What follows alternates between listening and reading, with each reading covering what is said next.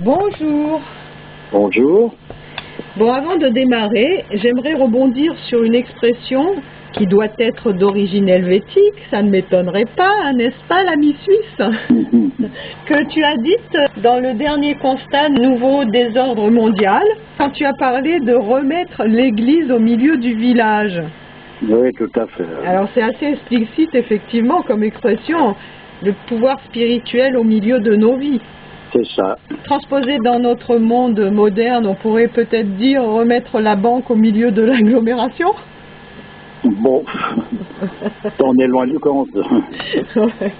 Non mais ça peut hein, quand même, quand tu comparais bien les églises aux banques. Oui, tout à fait, bien sûr. Comment tu disais là Oui, les nouvelles églises, c'est la banque, le confessionnal, c'est le guichet, et tout le monde est recueilli derrière la ligne. Il n'y a plus ni parents ni amis. C'est la dévotion du dieu fric, ça. On y est plein pot depuis un moment, quoi. Voilà. Bon, enfin, c'était une petite parenthèse. Donc, toujours dans le dernier constat, tu as évoqué à un moment la Libye, avec les turpitudes que ce pays subit en ce moment, en laissant supposer que le renversement de ce dernier représentant spirituel, pour ne pas nommer Kadhafi, aussi corrompu soit-il, aussi controversé soit-il, était une aggravation parce qu'il laissait place probablement à pire, puisque c'est l'application de la politique nouvel ordre mondialiste qui se généralise là encore. Kadhafi, qui a été, il est vrai, un des rares résistants avec Saddam Hussein face aux diverses hégémonies en place, et qui, comme la Russie, au moment de la guerre froide, permettait le maintien d'un certain équilibre. Équilibre vicié, mais équilibre quand même. Équilibre à la mode Kali Yuga, quoi. Kadhafi, sorte de bouffon indispensable de la scène politique durant des décennies, alors que la plupart des pays arabes sont, docilement assujettis au mouvement libéraliste, mondialiste, tels des esclaves face à un maître, tu vois ? Oui, tout à fait. Alors ces remparts contestables n'étant plus, on se demande quand même si cela ne va pas entraîner un peu plus vite dans le mur ce bolide fou qu'est l'humanité.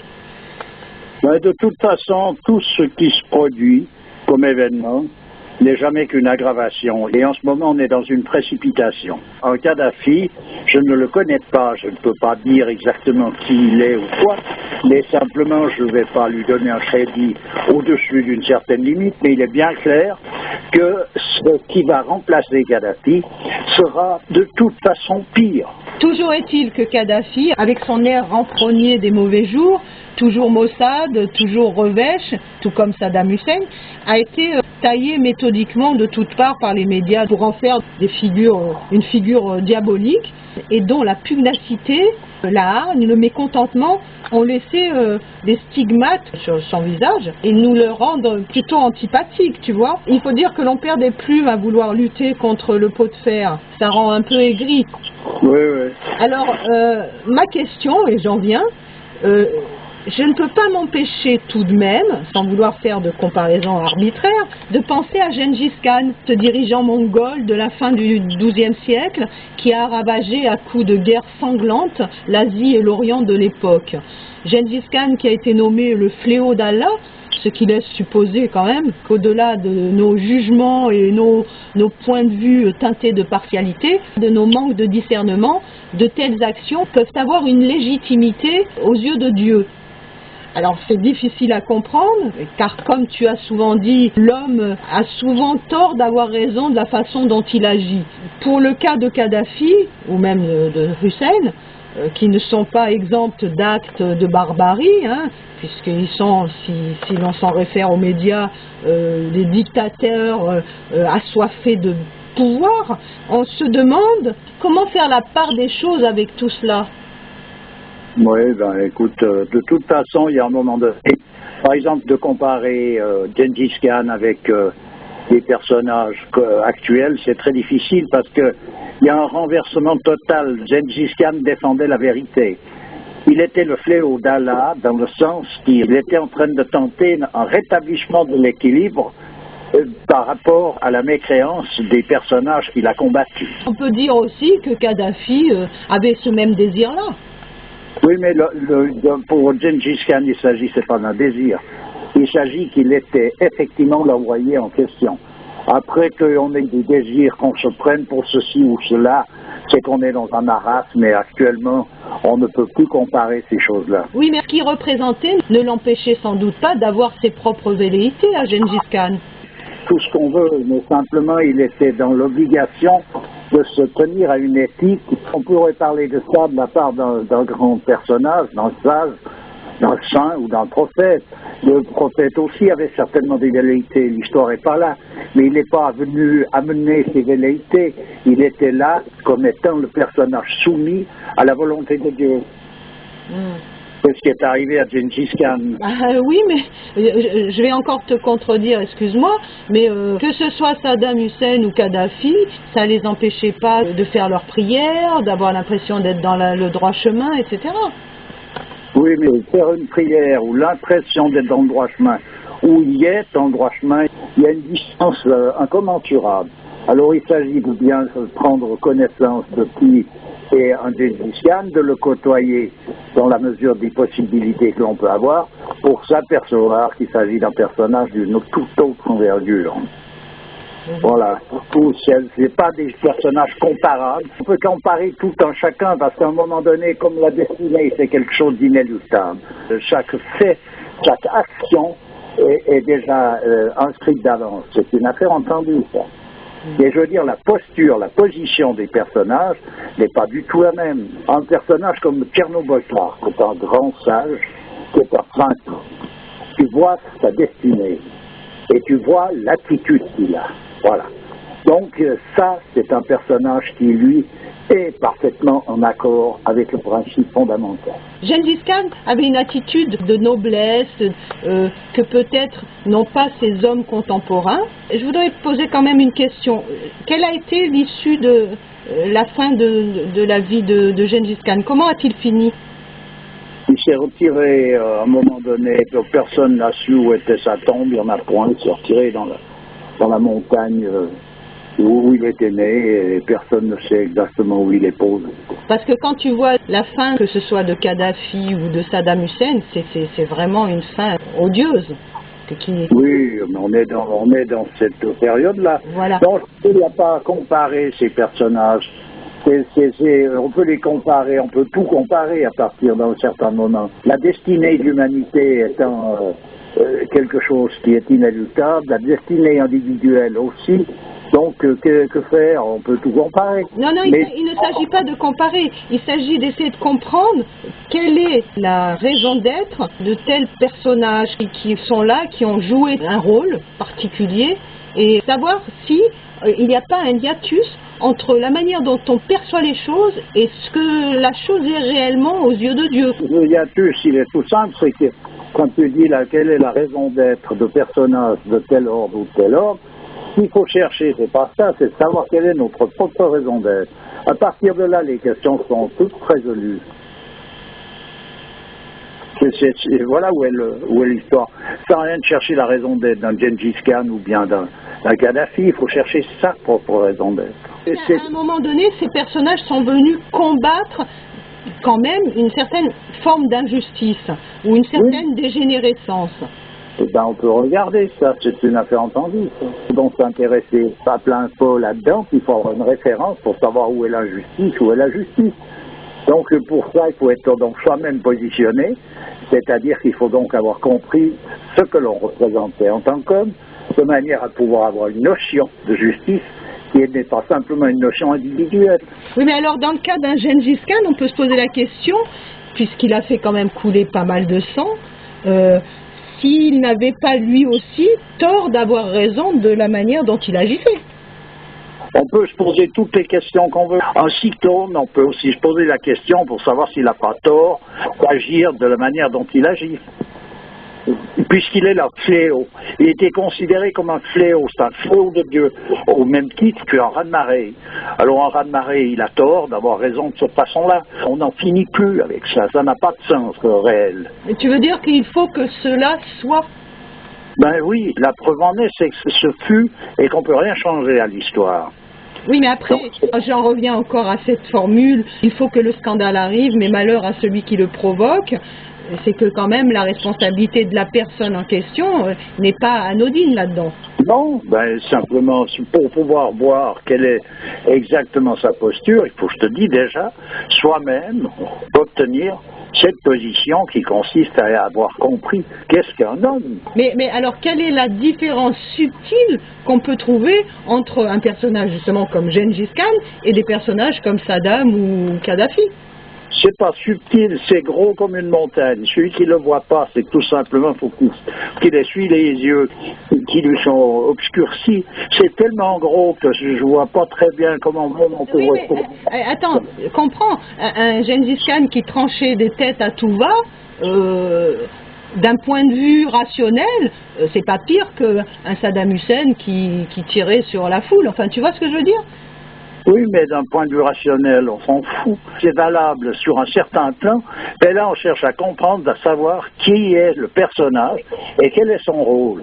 Donc il n'y a pas de possibilité tant qu'on ne connaît pas soi-même ce que l'on est, c'est-à-dire qu'est-ce qu'un homme. Après on voit très bien l'attitude du personnage, parce que c'est son attitude qui est importante. C'est pas ce qu'il fait, puisque ce qu'il fait est résolu d'avance. Alors donc, qu'est-ce qu'on peut reprocher à l'attitude de personnages tels que Kadhafi et Saddam Hussein par exemple? Il manque totalement de noblesse et de beauté dans leur attitude, ce qui veut dire que donc la beauté étant le parfum de la vérité, ils sont à côté de la question, c'est des idéalistes, ça se voit, c'est des idéalistes, je vais leur prêter le crédit encore de vouloir faire bien, mais ça suffit pas. D'accord. Gengis Khan ne cherchait pas à faire bien, il faisait ce qu'il avait à faire. Ok, là on comprend mieux, effectivement. Et ce qu'il avait à faire, c'était ça, et il l'a fait bien. Bien dans le sens de son attitude. Voilà. Ce n'est pas le cas de ces différents personnages-là. Et surtout pas du monde occidental. Tu as vu un peu c'est d'une lâcheté qui va au-delà de toutes les limites pensables. Donc on peut dire que le libre arbitre, qui est en fait la manière dont l'homme accomplit chaque action, le libre arbitre de ces personnages-là est à remettre en question. Oui, il est même pas à remettre en question. Ils sont voués à la cause subversive. Et puis voilà, c'est là où il faudra que le scandale arrive. Et malheur à celui qui le provoque, c'est qu'ils font partie de tout ça. À présent, ceux qui tiennent debout encore actuellement, puis qui ont l'air de tenir le drapeau bien droit, puis qui ont l'air d'être les vainqueurs, font partie du décor. Je veux dire, c'est minable. Il n'y a pas besoin de chercher quand même longtemps pour voir que tous ces mouvements sont minables. Donc c'est encore un subterfuge du diable pour nous faire croire au bien fondé de certaines choses. Oui, mais alors celui qui y croit, il faut aller soigner les yeux ou je sais pas quoi. Ces personnages, vu en plus leur fin misérable, sont devenus ou deviennent peu à peu des figures emblématiques d'un combat, quasiment des martyrs. Oui, c'est possible. Je te dis bien, moi, pris séparément, individuellement, je ne connais pas ces personnages. Ce que je vois, la manière dont les choses se passent, la façon dont ils se présentent, ça n'a pas d'envergure. À présent, je ne vais pas aller plus loin que ça, parce que, comme je te dis, je ne les connais pas. Mais ne comparons pas ces personnages-là, y compris les dirigeants occidentaux, avec un Gengis Khan, qui est un personnage d'une envergure incomparable. Mais simplement, l'histoire s'est chargée de le mettre dans une posture délicate, mais il faut prendre connaissance de ce personnage. Et il s'agit d'un grand bonhomme. Bon, tu en as parlé pas mal, mais c'est bien peut-être de le rappeler dans ce constat. Peux-tu nous redonner une image ou une attitude qu'a eu Gengis Khan pour asseoir ce que tu dis un petit peu? Ben, écoute, il avait donc des ennemis jurés qui cherchaient à combattre et à réduire à l'impuissance. Et à un moment donné, par exemple, on lui a livré un de ses ennemis. Ah oui, je me souviens. Et cet ennemi lui a été livré par l'esclave même de cet ennemi. Ou le serviteur, je ne sais plus si c'est un esclave, un serviteur, je ne sais plus le rang qu'il avait. Et Gengis Khan a instantanément, en guise de récompense à celui qui lui l'avait amené, lui a fait trancher la tête. Pourquoi? Parce que si on a un maître, on prend soin de son maître jusqu'au bout, jusqu'au dernier souffle. On prend soin de son esclave. Non, le serviteur, s'il est serviteur de tel personnage, il doit donc conserver son attitude et défendre ce personnage jusqu'au bout. Donc il vient de lui livrer, c'est un traître. C'est un traître, il est dans la trahison. Après qu'on trouve qu'il aurait pu, c'est possible, parce que l'autre avait si, c'est des autres considérations. Lui, il est le serviteur de tel personnage, et il se doit donc de le défendre jusqu'au bout. S'il ne fait pas, c'est un traître. Gengis Khan ne supportait pas les traîtres. Pour lui, la trahison, c'est quelque chose de très grave. Et son ennemi, qu'il le combatte, c'est Utto. Il peut aussi lui pardonner si le personnage arrête les combats. Il peut le mettre dans une position de traître s'il se comporte noblement. Mais de trahir son maître et de venir le livrer, ça, c'est pas de la noblesse. Donc, il applique cette rigueur qui lui est légendaire. Oui, en plus, bon, si tu fais quand même une rétrospection dans l'histoire, c'est vrai qu'il n'y a jamais eu des tueries d'enfants, de vieillards, comme ça a été le cas, par exemple, avec la population kurde de Saddam Hussein. Il les a quand même massacrés au napalm. Il faut quand même s'en souvenir. C'est vrai que c'est pas le même genre d'attitude, effectivement. On ne peut pas comparer tout ça, c'est pas possible. C'est des guerriers qui avaient de la noblesse, qui se battaient entre guerriers. C'était pas des personnages qui allaient couper les têtes inconsidérément. Là, quand on voit une guerre comme celle de Libye, c'est pas de l'armée qui a eu, c'est des tueurs à gages qui ont été massacrés, des populations. Et voilà ce que c'est rien d'autre. Faut appeler ça par leur nom. Alors à présent qu'on trouve ça bien ou pas bien, chacun est libre de penser ce qu'il veut. Moi, ce que je vois, le constat que je fais, c'est ça. C'est pas des guerriers qui sont battus entre guerriers avec noblesse, avec courage, avec grandeur. C'est nul. C'est de la boucherie du bas étage. Voilà ce que c'est. Bon, ben, espérons que ces personnages ne soient pas idolâtrés, comme ce peut être le cas quand un personnage prend la place de martyr. Oui, bah écoute, on peut rien changer aux estimations individuelles. Je dis simplement qu'en ouvrant les yeux, on voit cette espèce de champ de foire. Ça ressemble à rien, c'est minable du début à la fin, que ce soit de la part des uns des autres. Je dis pris séparément, il y a peut-être des personnages là-dedans qui ont une certaine valeur, c'est pas à moi d'en juger, mais je vois ce qui se passe là, c'est vraiment des phases terminales d'un cancer général où tout part à volo dans des proportions où c'est inimaginable. Voilà, c'est tout. Il y a encore du monde pour croire à ceci. Je vois les mouvements politiques. Ah oui, on va mettre celui-là, on va mettre ce parti. Non, mais là, il a bien, oui, ce qu'il dit. Non, faut arrêter. Si on en est réduit à ça, ma foi, qu'est-ce qu'il faut faire? Tous les désespoirs sont donc permis. Il n'y a pas de solution, là. D'autant plus que l'idolâtrie des martyrs, c'est une forme insidieuse d'associationnisme. On veut. Oui. Ok. Bah écoute, je te remercie bien. Bon, bah c'est toujours un plaisir. Et je te dis à bientôt. À bientôt, oui, oui. Et au revoir. Au revoir.